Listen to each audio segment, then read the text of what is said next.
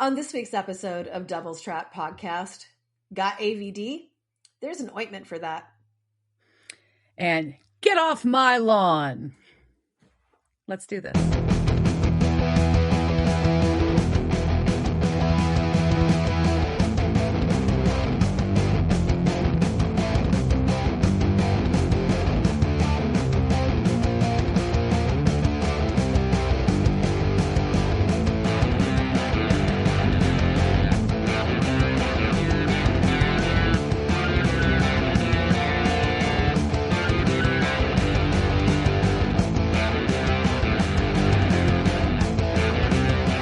Welcome to this week's episode of Devil's Trap Podcast. I'm Diana. And I'm Liz. And we're going to talk about season 12, episode 14, The Raid. Like bug spray raid? That's kind of think of that. That's, yeah. That I thought of it this time I said it. When I watched the show, I didn't, but now I thought of that. Oh, I think it's missing like the ers because it could be the raiders, but no, it's just the raid. So that to me sounds more like bug spray. Fair. What have you been up to? Being disappointed in the population. So I tried really hard to get, not really hard, but I've got a Boxlandia situation once again in my garage, and it happens to the best of us. And this one really isn't my fault. It's other people's boxes, and they're very large. And I finally scheduled some, with somebody. I used Thumbtack, and I reached out and this is not an ad for that app. If you want to sponsor us, go for it. But so I picked my dude on the Thumbtack app, and then he was gave me the price. I'm that's okay. And then he was oh, I'll come out on Sunday. So I'm that's cool. He's I'll be here, but at a time. That's fine. So I would be here on Sunday, not a problem. I'll just, hang out at the house. Not go to the grocery store, not do the things I need to do, but we'll just I need to get this taken care of. This thing. Yeah. Then I get the text. Oh, the dump is closing, and I don't have time to get this dump, this load in. So I will go to the dump in the morning and be at your place first thing in the morning. That's fine. Tomorrow morning, that's fine. We're still getting caved. We all have our things. Then the morning starts happening, and then gets further and further away from morning. And then is there an ETA? And it's and I know the dump on Mondays, you can get backed up there, but he's oh yeah, I'm just, just finished dumping my load, and said that he was basically past a landmark in San Antonio, which is about 30 minutes from my house. And then just 2 hours go by and don't hear anything. Huh. And I had told him I had a hard out because I had an appointment, and because I had an appointment in the afternoon because he was supposed to be there in the morning. Yeah. And it was well, so I had to cancel that, and now I still have Boxlandia because now I had to go through the process of hiring somebody again. That's annoying. It's so frustrating. Why? Why did you do that to me? Yeah. Just if you don't have time to stop dicking me around. Why are you dicking me around? It's just rude. It is rude, and so that's and I feel, and there's a lot of things that are contingent on that garage getting cleaned out. Right, there's a domino effect on all of these things. Domino. It just makes things can things just be easy once? Can someone just do what they're saying they're going to do? Is really Oh, that's hilarious, right? So that's what I've been up to. What have you been up to? What have I been up to? I think there's something else I was going to say. Oh, I went and saw Riverboat Gamblers and Strung Out at Tulips in Fort Worth. That was fun. That was my first punk rock show since I had a knee surgery. And yes, I stand in the back anyway, so it doesn't matter. But I made you're down in the pit. I'm not it's not like that matters. But I had to go sit for a little bit. But I made it through most of the show, and I was really happy about being able to go enjoy that. And what else did I do? Oh, I bought a car. Yay. That's very exciting. It's very adult. Very excited. She's very pretty. Babe's car started acting up, so who gets a new car? Me. That's how it works. Like it should. Yeah. So it's just the way it goes. But yeah, that's about it. That's very good. And then this past week, it was also Texas Independence Day recently. I guess that happened. Okay. I don't know. It's March. There are bluebonnets on the side of the highway, so I think spring is here. And I really I looked over and I was like, oh crap, like that's a ton of bluebonnets. When did this happen? And I'm like, how did that happen? There hasn't been any rain. So that's reasonable too. But apparently we're gonna get it for the next week. So yep, I think we've got some. Oh my god, we're not going to talk about the weather on here. It's not extreme weather. Okay, so moving on. So there's again nothing that I know of has been going on. I actually didn't even check my news source because I just didn't want to look at the news. So I haven't been to my where I'm following things. We did have Jensen Ackles' birthday. Oh, so that happened. Well, that's good. Well, happy birthday, Mr. Ackles. I'm sure you still look great. Yeah.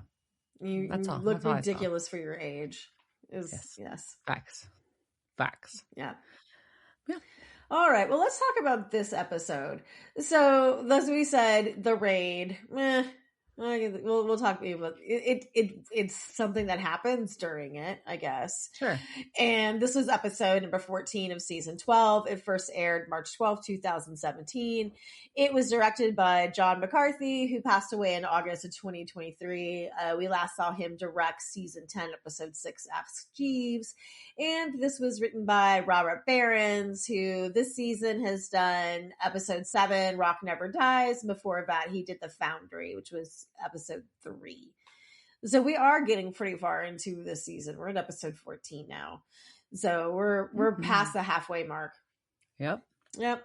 So our recap, we start off with a shot of the poster for My Summer Blood, their Twilight ripoff. Yeah. And then we get reminded about vampires and vampire nests. And I really wanted to do this week's lore about vampire nests because I think this is the last time we spoiler, this may be the last vampire's nest we get on Supernatural, maybe. I don't know. I'll have to look. But we just lost the spoiler for this episode. Yeah. We lose the alpha. So and how many they just took out, right? Mm-hmm. So I thought it'd be fun to we'll talk about it throughout the episode just based on our knowledge. But vampire nests would have been fun to write about. But that's not what we're gonna talk about this week. Instead, we've got BMOL coming in there, and that's a British Men of Letters, and they're irradiating vampires because they've got all these toys. Mm-hmm. Then they remind us that they stole the cult, and Mary's talking about nothing comes before family and that she confessed. But where does that leave us? And that's where it leaves us. And we just go right back into the middle of their conversation. Yeah. And Dean is pissed. And she's like, but they have a better way. And Sam's like, when did this start? And Mary admits that the lake house was her. So that and they're like, you almost got Cass killed and you did get Wally killed. And she's like, I had to burn his body and I had to tell his wife. Okay, gross. You can stop burning corpses, guys. Like, you know what happens. Like, I feel like this is an old hunter's funeral, but you just need to stop burning fucking corpses. And Wally had a wife. Aww. I know. Like, what the fuck? I know. I was more upset. I got more upset with Mary when I learned when she said that. I was even more upset. Oh, yeah. But Dean just has no sympathy. None. When she's like, I watch him die every night, and he's like, Dean's response is, good. Damn. And we get a little stare down about this. So we cut to it says 3 days later. And we have a van that pulls up to the super secure property. And we find out that this weird bunker made out of, it's actually really cool. I say weird. It's weird because you don't know what the fuck is happening at first. But it's kind of cool. Made out of Connexes. I thought that was cool. I think that's cheap as fuck. Well, it's temporary. That's what's good. I don't know. I don't know how I feel about the imposed claustrophobia of it.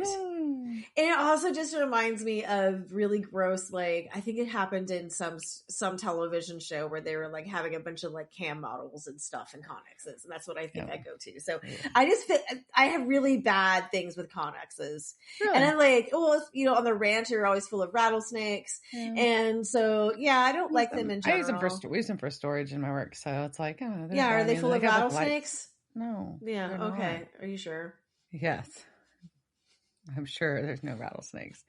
Probably the occasional rat. I won't lie, just because. If there's a rat, then there's rattlesnakes. Not maybe at one location. Okay.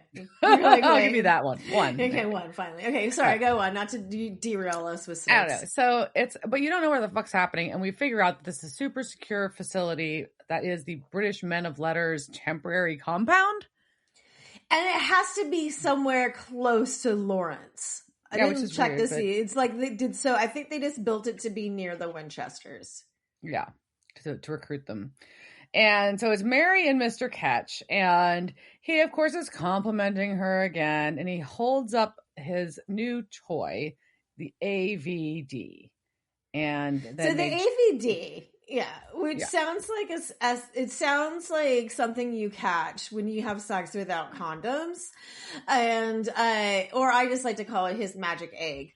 And we are going to jump. I love when we do this right at the beginning of the show. We're going to jump right into some lore.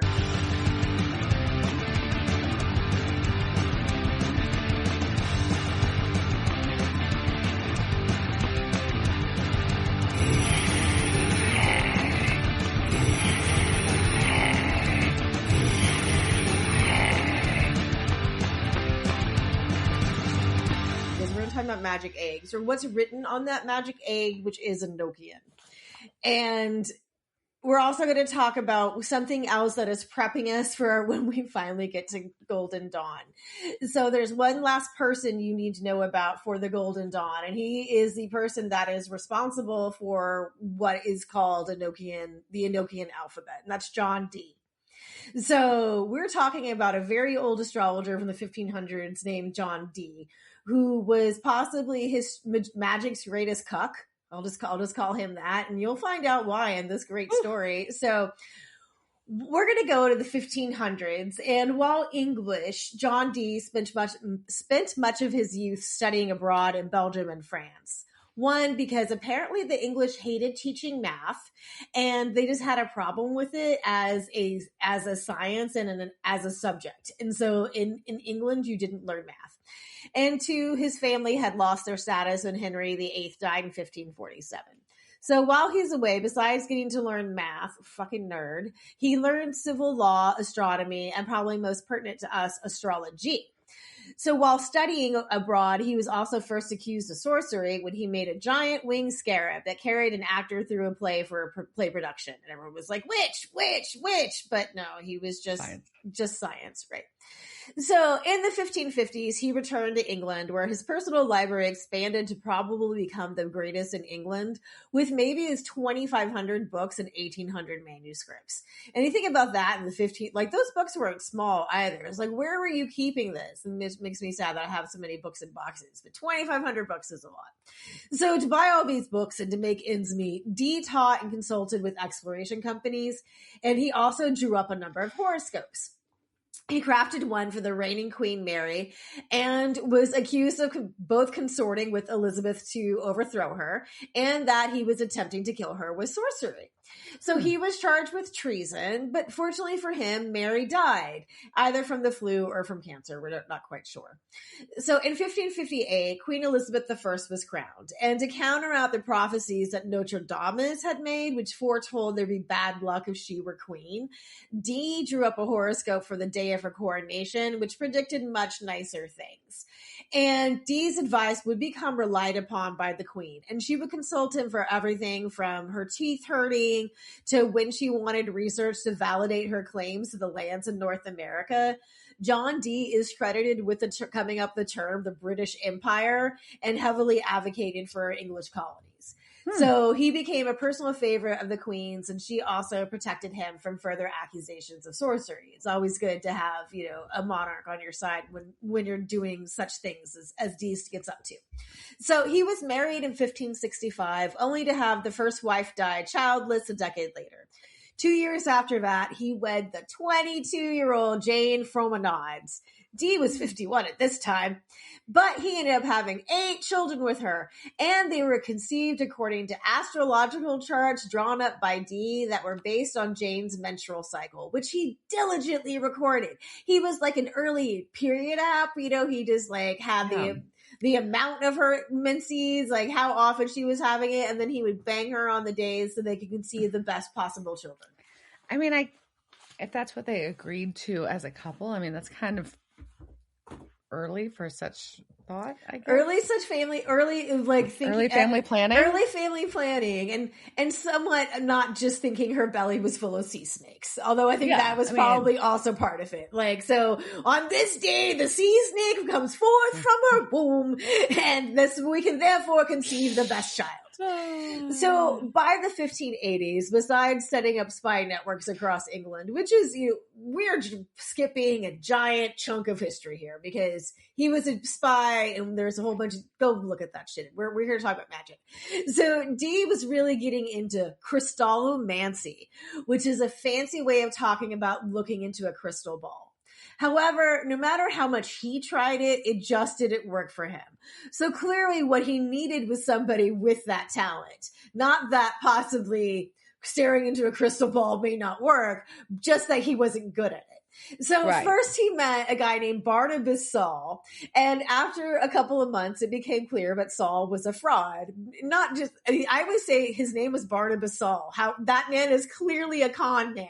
Nobody named that is ever going to do, like, he's not good. Don't have him for your pharmacist. Like, he's going to be selling you snake oil. Barnabas Saul cannot be trusted. So, but one of the people who helped clue Dee in on how bad Saul was another man who maybe could not be trusted.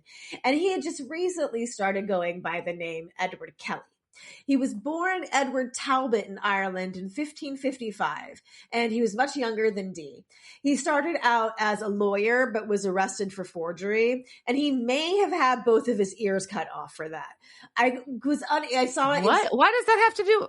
Because he was a thief and a criminal. So in order for other people to know that he was a criminal, they cut off his ears. Huh. I'm not sure. I saw that in some places. I've never heard that. Interesting. Yep. So Edward moves in with Dee as his new scryer, and Dee's young bride is a little sus and is like, this guy's kind of creepy and I'm not sure how I feel about him. And she may be proven right in a little while. So Dee decided that light rays could be focused using crystal balls or mirrors to control singular angels, and that these rays could be used to prevent the intrusion of evil spirits. So he's got Kelly here to start being the one who's scrying with these rays. And he needed some Madame Trelawney up in his life. Right. So he started, Kelly was using black obsidian mirrors and crystal balls to scry, while Dee would record what Kelly was seeing. And Dee recorded hundreds of spirit conversations Kelly had with angels who communicated an angelic language called Enochian, which was comprised of non-English letters with its own grammar and syntax. Interesting. The Enochian script is written right to left and may use accent marks. Dee himself never called it Enochian, instead referring to it as angelical, the celestial speech, the first language of God, Christ, and particularly Adamical, or Adamical. So which Adam, I-C-A-L. And because he asserted that it was first used by Adam in the Garden of Eden to name all of God's creatures. But it's called Enochian because Dee also claimed that Enoch of the Book of Enoch fame was the last human to know the language. Okay. So while the Enochian letters have English letter equivalents, their names are often pronounced differently from the corresponding English letters, though some are pronounced as they would be in English. The 48 poetic verses known as the angelical or Enochian keys are used in the practice of Enochian magic, and each has distinct functions within the overall magical system. So the letters themselves are magical, right? So, which is why you can do, in Supernatural, the glyphs, the sigils that are written in the Enochian magic, those themselves bring forth magic, right? Yeah. Slam your hand on it, it does something. Yeah. Usually if you cut yourself with something, that's going to give you lockjaw. So anyhow, so the angels carried many messages, including predicting the beheading of Mary, Queen of Scots, and the fight with the Spanish Armada. Kelly also received a message from the angels during one of the early sessions that he should get married. So though he claimed to hate marriage, he soon married a 19-year-old named Joan Cooper. Kelly, though, was really more into alchemy and not the scrying stuff that he was doing, and not the spiritual metaphor version of alchemy that we sometimes talk about, where he's trying to like become a higher being. He really wants to make gold out of shit. So after a few years, he kind of refuses to do any more scrying for Dee, and Dee's like, well, let me try my 8-year-old son. But he's like, you don't have any talent for this either. Why can't you see anything in this crystal ball? Kelly, get back to work. So Edward Kelly gets back to scrying, and this time the angels send him a message that is so scandalous that he didn't want to tell John Dee. He's like, no, I can't read it. I can't tell you. It's so bad. And so what he said was, some tea. Kelly told him that Dee needed to hold all things in common between them, and that included their wives. The angels wanted them to swap wives in bed. Now, Dee said, well, if that's what the angels want, and then he somehow convinced his wife to do this, and then he somehow convinced Edward Kelly's wife, remember, who was also like now in her early 20s, and Dee's like in his like 70s by now. Like, right. This is gross. That's what I was gonna say. I'm like, he's like, eh. Yeah, someone's getting the way worse. And some people are getting really bad into this deal, and it's the women. Okay, so the women are getting the bad end of this deal, and this was also I don't know. Maybe it's good. Who knows? But this was the end of the angelic conversations. No more angelic. So somehow after this, Dee didn't want to hear from any more angels. So I have condensed their lives into this very big, small nutshell. So in this world, Dee goes back to Elizabeth's court while Kelly kept working on trying to make gold for the Holy Roman Emperor Rudolph, who threw him in prison when he failed. Kelly was briefly released, but his freedom didn't last, and he died in prison in 1595. His death is attributed either to suicide or to getting stabbed while attempting an escape. Dee actually dies quietly at his home in 1608, really old man. Huh. Who lived a very fascinating life and did all sorts of things. And you can see his scrying mirror in the British Museum. They have that there. You can go see the things that he was looking in that helped shape our modern world. Our modern world was shaped by a dude who let another dude look into a crystal ball and tell him what was going on with the world. And that's what helped shape the British Empire. Sit on that one for a while. Wild. Oh, good times. That's how explains, which I've kind of sat on for the show for a while. So that's just a little bit more into the Enochian language that we have so much, which was what is on our magic eggs, and also into John Dee, who the Golden Dawn, when we get to them, I use a lot of his magic and the Enochian magic. So all right, so we're going to go back to our magic egg, and we're going to flash back to our AVD opening up and killing a vampire. Yeah, it's real weird. And when we're just like, it's like, and whatever the fuck this place is. Yeah. It's like they're getting like gassed or something. It's weird. Yeah. So anyway, so we're inside. So now we're inside their compound, and we see Serena walk by, as works there for the British Men of Letters. And Mr. Ketch is real rude to her and hands off his weapons bag for her to just drop at the armory and instructs her to clean his sig.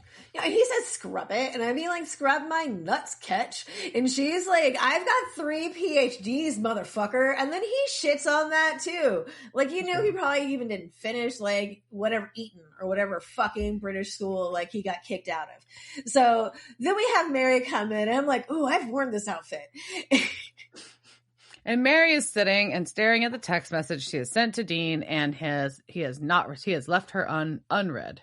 He is not responding. Yeah, and we get more of this conversation with Dean earlier, and it was really, really emotional. And Dean accuses her of being gone their whole lives. And I'm like, she was dead, Dean. She didn't really have a choice there. And then Rutt gets into her for needing space. And then in between, like, they're showing her thirsty texts, and they're just like, they keep getting more desperate, like each going on. Just like, answer me. Why won't you talk to me? I don't know how to use emojis. And then Dean just like tells her like the worst fucking thing, and he just goes too far.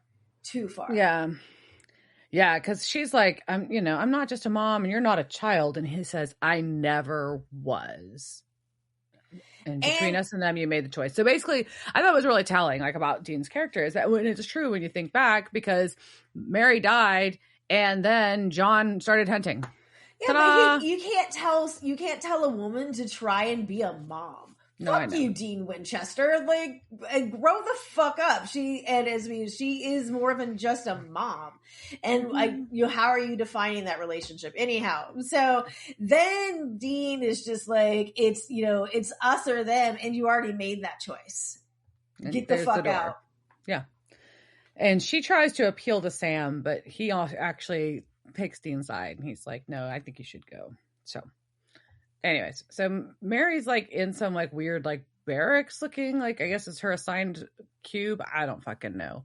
And Mr. Ketch wants to go tell Mick that they have terminated another nest. But while they're talking, basically Mick's like, so yeah, you got Mary, but what about her boys? Like, what's up? And Mr. Ketch is like, we don't need them. We have the best Winchester.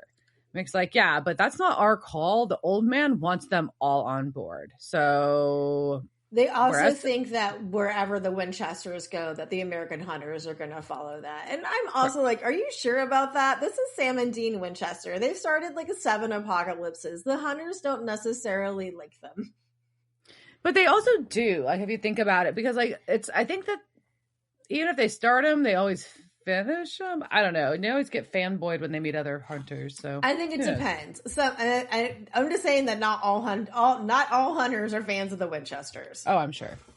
So then we go back to our bunker where Dean has found a dead body in Akron with his throat ripped out ear to ear. But Sam takes his laptop and is like, dude, this is just a drug dealer and his throat was slit. And Dean just wants to hit something. He really does.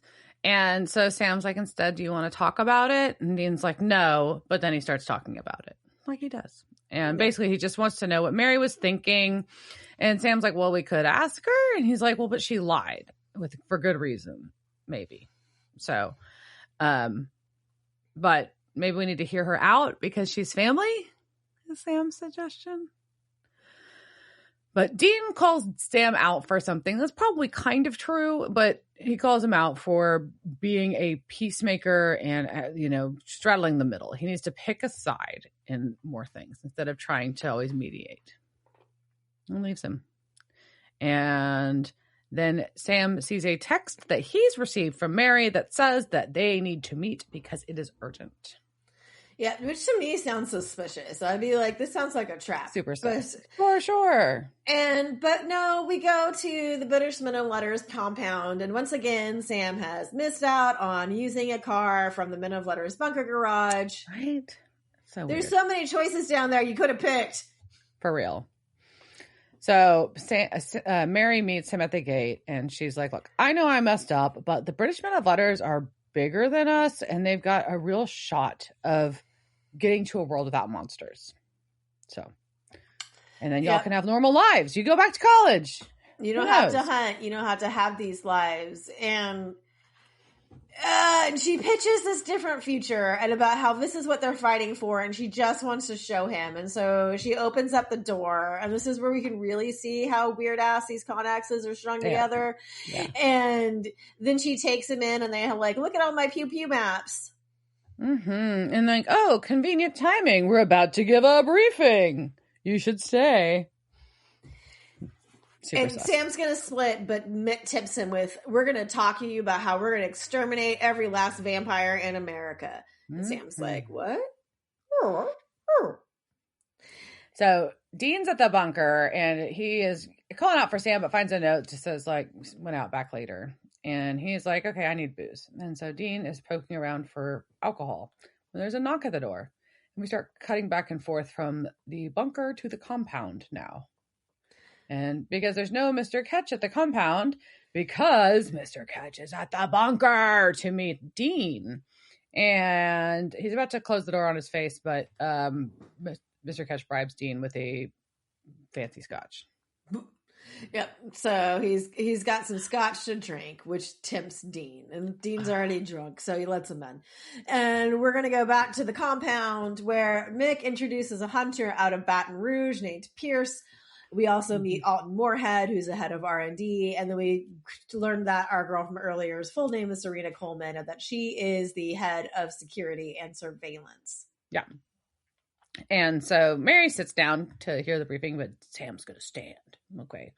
But basically, Serena is sharing their progress with a fancy map of the Midwest showing they've killed all but 11 vampires. Yeah, and there was 241 vampires in the MWR, the Midwest region. And on this Pew Pew map, they have cells, and they range from like 2 to 16 for each of the vampire cells. Pretty cool. I did not do the SPM map to see if it added up, to see if there was like only like, so I wonder if somebody did. I'm sure somebody has, but I did not do that. I'm not that big of a nerd. So they explain how all the vampires are connected all the way to the chain to the top. But instead of doing this like the hunters in America were doing, which instead of just charging it on nests, they say that they do this differently, and they do recon, assemble a team, and wipe them out. And I would say, at what point are the Winchesters just not doing any research before they go into a vampire's nest? Like, I'm pretty sure they are also doing a recon and learning about them and figuring out who is in there before they. I don't feel like this is a new thing. No, I think your AVD is new.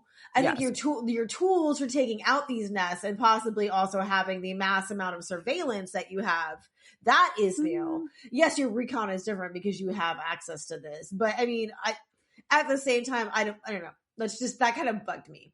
I agree, because they're not, I mean, like the concept is not different. I fully agree. I think there was one interesting line I thought where they said that the U.S. hunters treat them like criminals and the British men of letters treat them like terrorists.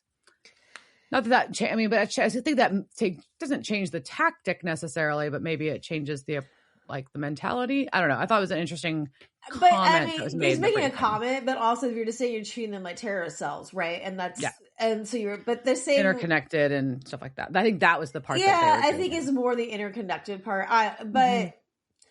There's also at some point too, like vampire lore starts crossing between shows, and I was like, wait a minute, so you can't in this one, if I kill a vampire, that whole line doesn't go out, right? I have to no, that's not this one. Okay, so I know I had to remember that too. I was like, wait a minute, it's like I killed the alpha, like don't. Okay, so their meeting vampires are in Wichita, Kansas, and they're conveniently in Wichita, Kansas. Of course, yes. And they think that they're all super safe hiding in this motel, but they have an AVD, an anti-vamp device. Ready? Is that what it was called? AVD? Yes, an AVD.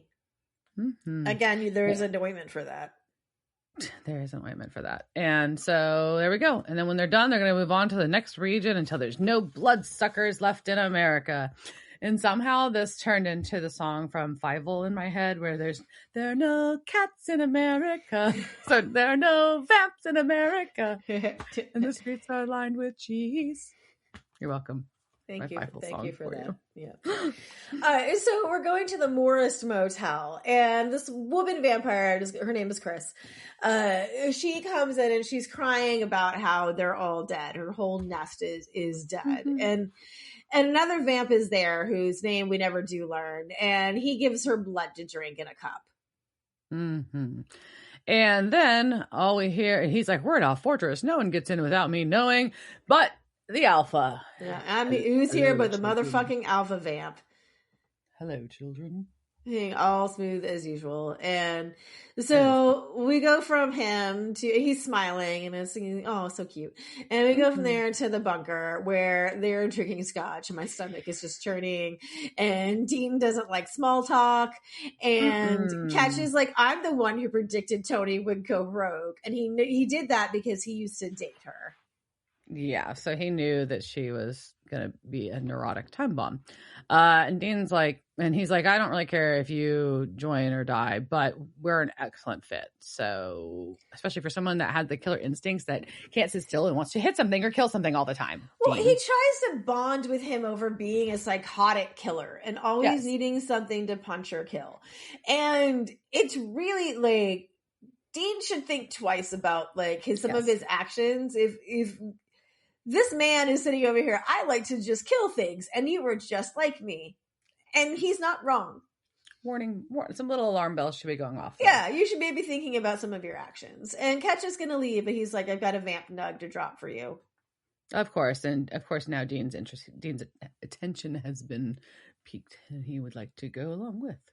So, back at the compound, Pierce, the hunter from Louisiana, is fanboying over Sam. And apparently he heard about him from Rufus and they did a job together. And then Alton's like, I've got questions for you and Mary. And Mick's trying to talk to Sam and ask his thoughts on things. And Sam kind of comments on the quality of hunters they're recruiting because he is not stoked on Pierce. Pierce calls himself the Hunter King of Baton Rouge. Yeah. It sounds like, and this was before Tiger King. So he was the original Hunter King. Look at him go. Mm-hmm. And I bet he had some merch. But apparently the BMOL cannot attract the top shelf hunters besides Mary. Mary's the only one dumb enough. I mean, Mary's the only one who had decided this is a good idea. Right. Yeah, we go back. Now we're back at the motel and Dean and Ketch show up and Mr. Ketch's intel is that there's 10 vamps, give or take. And so we do get a good trunk shot. But she's messy. Dean. She's kind of messy. She needs to be cleaned up. What the hell is going on? This is why you can't find your shit. And Ketch is like, oh, my weapon's too easy. I guess I should also get a machete. Instead of using my cool weapon, I'm going to use a machete with you. Okay.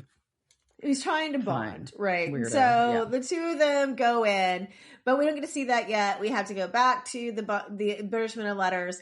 And Mary said she needed Sam to know. And he is like, this is a pretty good sales pitch. I'm like, oh, man. He's falling for this. And we pass all the surveillance screens. And that's when we zoom into the guard outside. And the guard outside is not having a good day. No, he gets attacked by something. Back at this motel, though, where the last vamps are supposed to be all like huddled up, Dean and Mr. Ketch find one. And she was like with all the corpses. Yeah, it was Chris from earlier. Yeah. And she's like, look, I don't know where anybody is. And so Mr. Ketch is like violently punching her, trying to question her. And it is not working. It is an unsuccessful tactic, sir. Yes. Your torture technique doesn't work. And Dean has had enough of this. It makes him stop. Yeah. And she's like, are you going to let me go? And she's like, no, but I'll make it quick. Instead of like torturing you or beating you to death. And she's like, they went hunting the hunters. Whoa. Hunting the hunters. So finally, Serena notices that their security guard from the front gate is missing at the compound. And right then, it's actually a funny scene. It's funny. Shot. I know the guard is dead, but they're using his hand to open up the gate and having to get his hand over there. Like, it's just comical. It takes them a little bit to like figure out how to make it work. And it was kind of, yeah. So apparently all of these, the remaining vampires are now there. They have figured out. And the gate opens and Sam's like, we need to lock down. Come on. Hello. What's happening? And security needs to fall back. So all these orders go out, but it's too fucking late because as these security guards are trying to back into their little secure areas and lock up, vampires are getting in around them and behind them. So Mary and Sam are like, we better figure something out while y'all hide because y'all don't know how to fight because you just know technology. And they are able to decapitate a couple of vampires, but more are getting in and they could take one back for questioning. But anyways, so Mick's like, what the fuck? How'd you find us? How did you know who we are? And they gets laughed at. And he's like, he told us he's come back to save us all. Our father. Alpha, clearly. Yeah. And they're like, that's impossible. The Alpha is in Morocco. And Sam's like, you're fucking wrong because I met him in Hoople, South Dakota. Duh. Everyone knows he's in Hoople. Like 5 years ago. Come on. And the vampire gets killed by Mary. Well, because he won't shut up and Mary cuts off his head. Well, yeah, he was annoying. That's fair. Yep. And then they said they're going to try and figure out what to do. And Mary, again, this is where she's like, who's killed anybody? And not even Mick has, which is surprising. Right? But, like, you would think that he'd at least have done some field work, but no he is not. None. And Pierce raises his hand. So at least we have that douche guy. So we don't have that. And they're like, let's put our weapons on the table. And most of their weapons are in the armory, including the AVD. And so like, well, maybe we can get that and set it off in the vents and maybe that'll hurt the Alpha. And Sam's at this point, it's like, do we have anything that's, stronger than the AVD? And Mary just looks at Mick and is like, where is it? Uh-oh. And as this is happening, we see a lot of vampires like surrounding the building and some getting into the building. And so Mick gets his fancy suitcase and opens it up, and we have the cult. Bum, bum, bum. And this is when Mary finally tells Sam that she stole the colt from Ramiel. And he's just kind of dumbfounded. And Mick is just like, well, it doesn't work because we don't have any bullets. But Sam's like, yep, I've got a recipe from your old friend. Good old Bobby. Good old Bobby. What you're going to need. You need some holy oil, sage, and myrrh. Yep.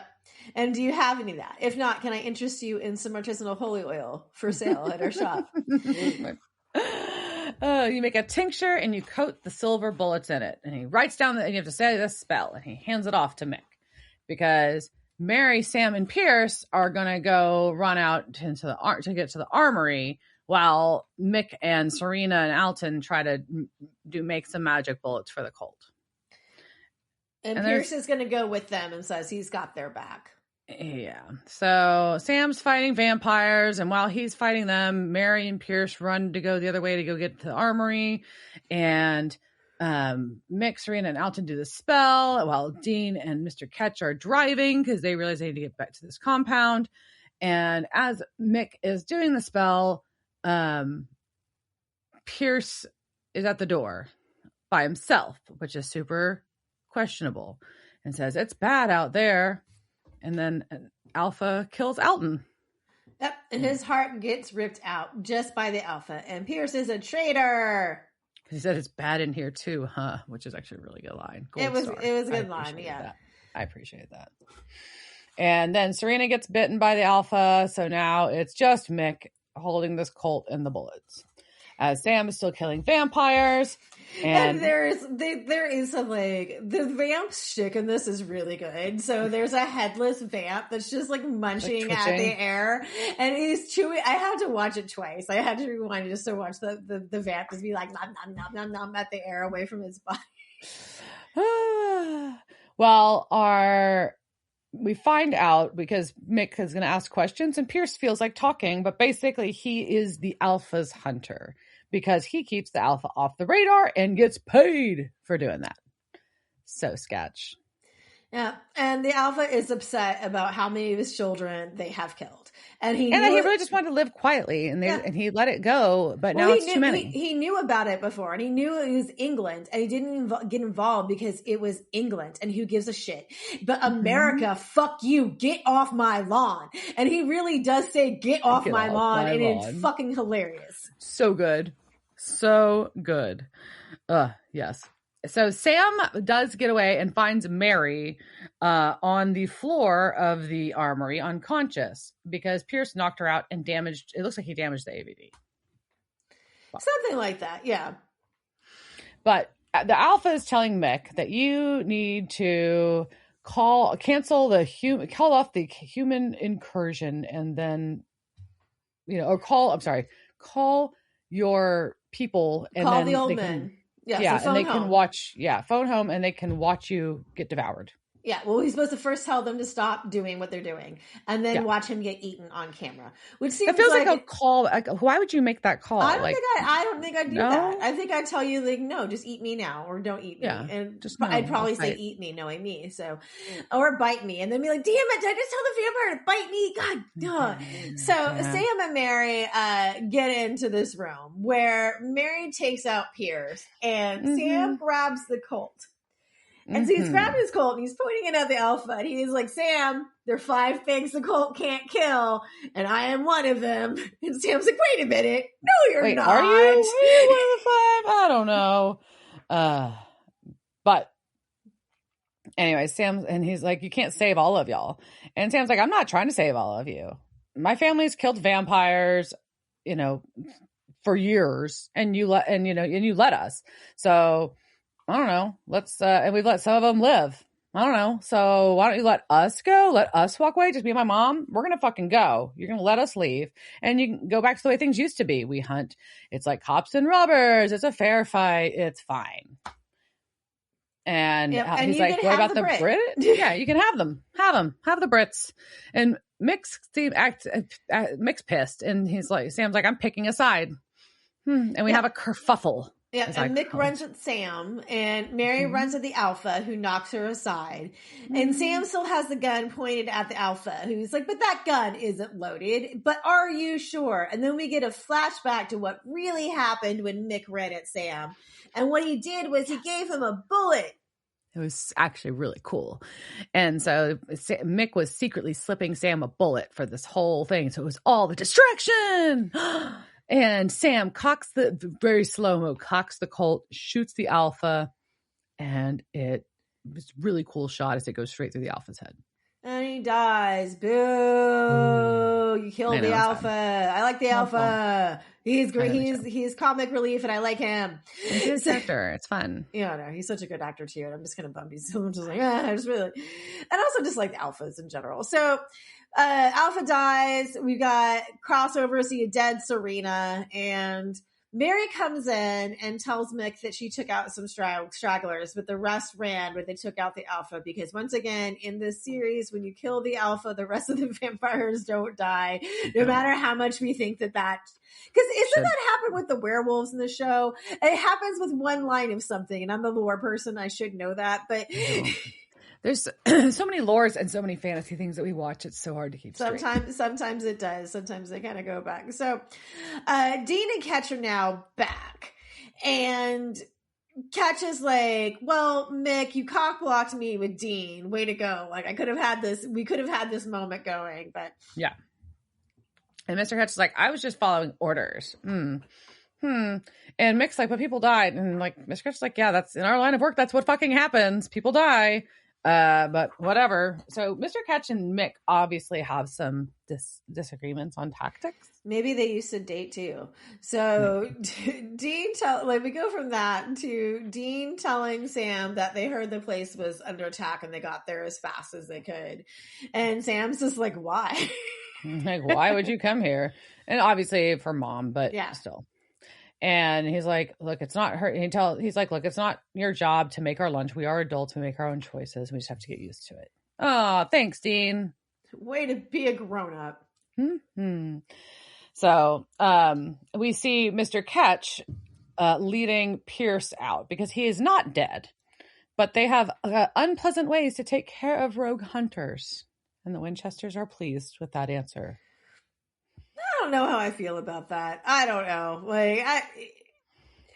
I feel like there's a moral line of giving someone to the men of letters. But anyhow, so Mick comes out and tries to talk his way out of things and just thinks he's just like going to have to kind of keep like dancing around shit. But Sam is just in. He says, I'm in after tonight. Tonight was bad, but the Alpha's dead and I just need time to get Dean to buy in. And they are changing the world and he wants to be a part of it. And that's just terrifying. And so Sam wants to join up. He's going to give him some time to work on Dean. And Sam walks back over to Sam. And that's how it ends, with the three of them talking over my baby. Yeah. Oh, yikes. Because it always goes so well when the Winchesters are divided, especially when they don't tell each other that they have different plans. Yeah. So we'll break into go over that a little bit. So why don't we talk about some of the people who played the things? Sure. Casting couch. It's the casting couch. Were they on that show that time with that guy? La la la la la la la la la la la. Pierce Moncrief was played by Aaron Douglas. He's been in a lot of stuff, actually. He's in episodes of Smallville, Falling Skies, X-Files, The Flash, Once Upon a Time, iZombie, Van Helsing, and Resident Alien, and more. He's also a deputy in Final Destination 2, paparazzi in Lizzie McGuire movie, paramedic in the movie Saved, Casino Stickman in Walking Tall, a young soldier in Chronicles of Riddick, an attorney in iRobot, a detective in Catwoman movie, the one with Halle Berry, young father in White Noise, the horror movie, a DA in The Exorcism of Emily Rose. He is Chief Galen Tyrell in all of the Battlestar Galacticas. That's like hundreds of episodes all in of everything with movies, all the spinoffs and stuff. He's Bill in Hellcats as a repeat character, Sid in Murder in a Small Town as a repeat character, and he is going to be in at least one episode of Vault Rising. Nice. If that Serena comes out. Yeah. Serena Coleman was played by Sunita Prasad. She's been in episodes of Smallville, Fringe, Almost Human, Bates Motel, iZombie, Unreal, Magicians, Travelers, X-Files, Good Doctor, Nancy Drew, and School Spirits. She's Rahani in The Day the Earth Stood Still, and has done a lot of Hallmark movies. Alton Moorhead was played by Burkett Turton. He was been in episodes of X-Files, Smallville, 24, Fringe, Flash, Jessica Jones, Magicians, Riverdale a few times, Nancy Drew, The Good Doctor, and Murder in a Small Town. He's also in the movie Saved as Mitch. He was in Walking Tall also. I always love the crossovers in the same episode. Dingo in Blade Trinity. And he was a guard in Wrath of the Titans, and he is Vampire Steve in iZombie as a recurring character. Fun. Yeah, so good. It was an entertaining cast. I'm kind of sad those two characters don't carry over. Yeah. No, they could have been interesting, but I mean, I think it depends on how much we want to devote to the BMOLs. That's true.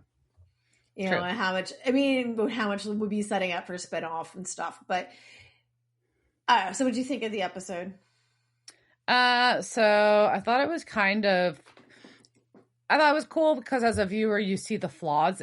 Like we get to see more of the flaws and the sketchiness of the British Men of Letters. I think it was interesting to show the monsters fight back, I guess is another way. And then, but also it was super frustrating watching the Winchesters split up like this. Not physically, but like they're on different teams, if you will. I mean, I don't know if that's kind of how we ended, and we'll see where we end up going with that. But it's also this speech that the British Men of Letters that they're giving that Mary has been bought into, but Sam is now saying yes. This is also a whole, we exterminate all the monsters, and what has been lacking in British Men of Letter conversations and Mary, it's with vampires specifically, is we know that not all vampires are bad. We've met them on the show. So we've dealt with the moral quandary before of monsters not being black and white. And you know, that there is a moral gray. Yeah. And I don't know. No, they don't address that at all. I think that the Winchesters have done a really good job so far. Sam and Dean have dealt with but somewhat. We've gone back and we've had to deal with it frustratingly enough that it's topic of conversation. That why are we just ignoring this and just going forth and just we want a world where there's no monsters but sometimes the monsters start human and don't want to be monsters. And what if there's a conversation about that? Yeah, like, and is their stance just to kill everybody that's possessed and not try to exorcise it? Like, I don't know. There's things like that. Like, I mean, clearly we're going to have that conversation. That we are having that conversation with the spawn of Lucifer, as you know, we had that come up with Kelly Klein, the nature versus nurture conversation. With is this being automatically going to be evil, and just automatically exterminating all the vampires doesn't seem like, I don't know, like there seems to be like some thought in this, and that's for whether one of the many reasons I don't like the British Men of Letters, but they do have cool toys. Anything else? All right, cheers, jerk.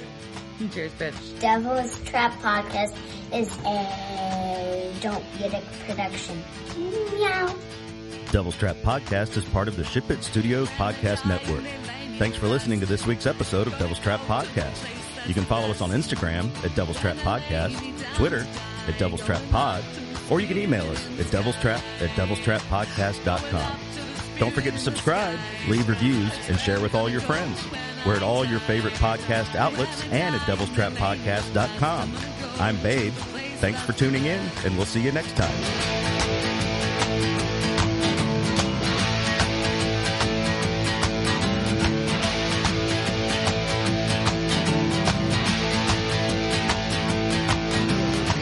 Going up to the spirit in the sky.